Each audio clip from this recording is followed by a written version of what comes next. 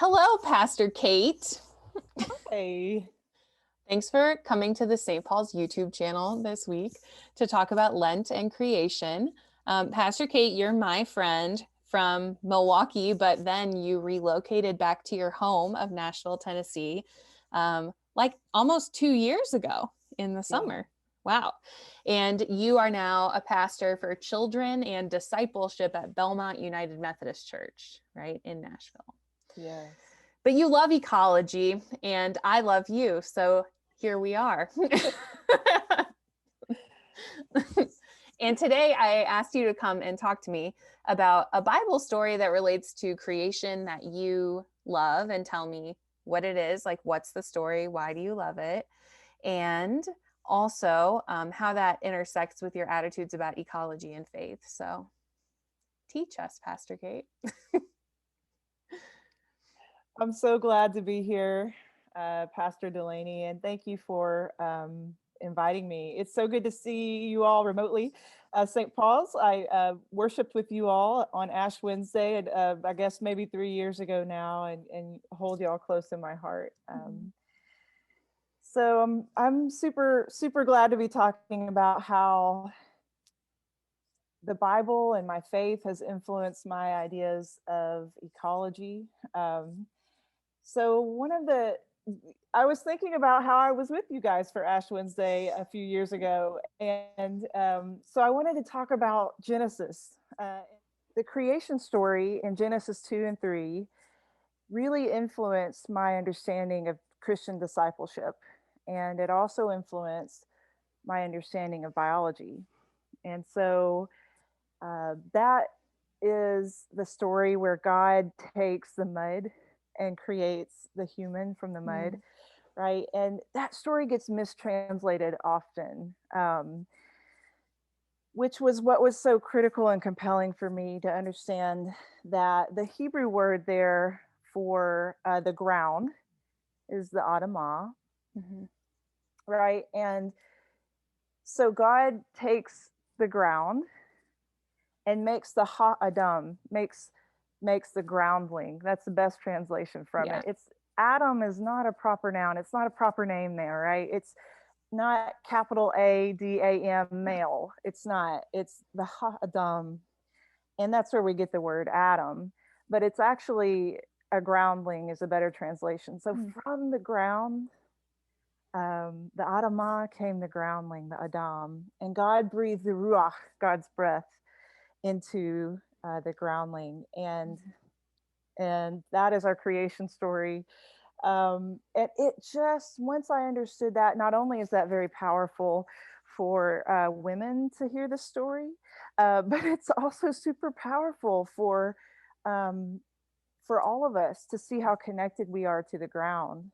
And so when on Ash Wednesday, when we generally say, right, from the dust you came and to the dust you'll return. That comes from that story. That comes from chapter 3 in that story. I like to say, from the ground you came and to the ground you will return. And for me, that, like, it just changes my discipleship in a big way, because it helps me understand that not only do I have a responsibility to care for the earth and the ground, but it's like part of it's like a sibling. Like, I'm related to the ground. I came from it and I will return to it one day. And because God created it, that's the connection of it all. And so not only am I to care for it as a Christian, but like, it's like I'm interconnected with it too. And so that was pretty critical for me, to just understand that. And it really, it informed my practice, my Christian practice, right? Like it, um, I'm kind of accountable to and responsible to the land that I live on and the land that I know, and the watershed that sources the water that I drink. It's my responsibility to care for that, because it's a part of God's creation. And before I went to to divinity school and learned about God, studied theology, I was a biologist, and I studied biology and ecology.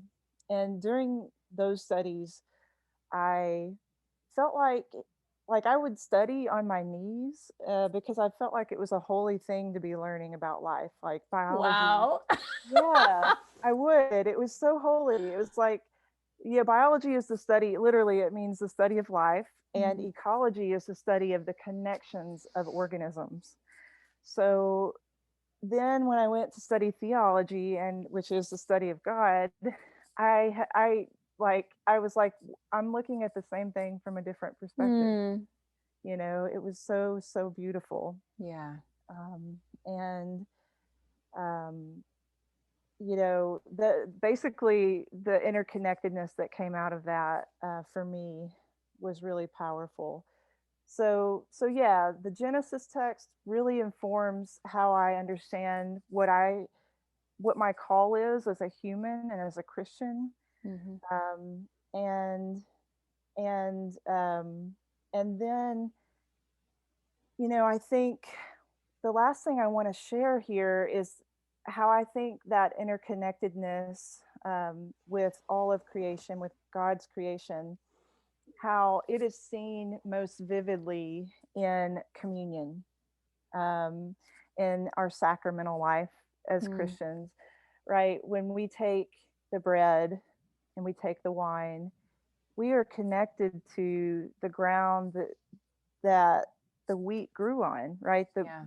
The wheat, and then the laborers who picked the wheat, and then the bakers who baked the bread, and then the vineyard that the wine came from, the soil that came from. So when we take the body and the blood of Christ, it isn't just that we're connecting, right, to what Christ did for us. It's that we're connecting to the ground, what God created. And in some ways, I think it's a very visceral reminder that we aren't just like here for a few years and then this world isn't really our home. Yeah. This world is our home, and we have a responsibility and an honor to take care of it. And there's so many like ways that we can do that. We can grow food, we can buy local food, we can take care of the water that is near us. You know, there's just so many ways that we as Christians can take care of the earth. And that, I mean, if we think of the world that way, if we think of that as interconnected, that connects to everything, right? We begin to care about like environmental racism, where we begin to see that like toxic factories are more frequently put in communities of color that are impoverished.